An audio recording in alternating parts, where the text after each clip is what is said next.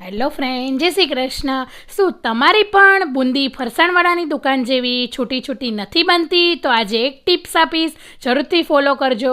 આ રીતે બેસન લેવાનું છે. બેસનની અંદર અડધી ટેબલ સ્પૂન તેલ એડ કરી દેવાનું છે. જો તમે તેલ એડ કરશો તો એનાથી તમારી જે બુંદી છે એ ચાસણીમાંથી પછી પણ એકદમ છૂટી છૂટી બનીને તૈયાર થઈ જશે. તો આ ટિપ્સનું ખાસ ધ્યાન રાખવાનું છે. જ્યારે બુંદીનું બેટર બનાવો છો ત્યારે એની અંદર 1 ટેબલ સ્પૂન તેલ એડ કરી દેવાનું છે. એનાથી જે આપણી બુંદી છે એકદમ ખીલેલી અને એકદમ ફરસાણવાળાની દુકાન જેવી છૂટી છૂટી બનશે.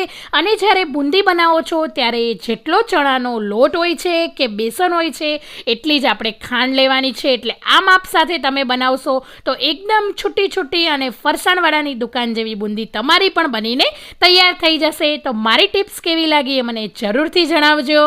અને મારી ટિપ્સ ગમતી હોય તો મારી ચેનલને જરૂરથી લાઇક, શેર અને સબસ્ક્રાઈબ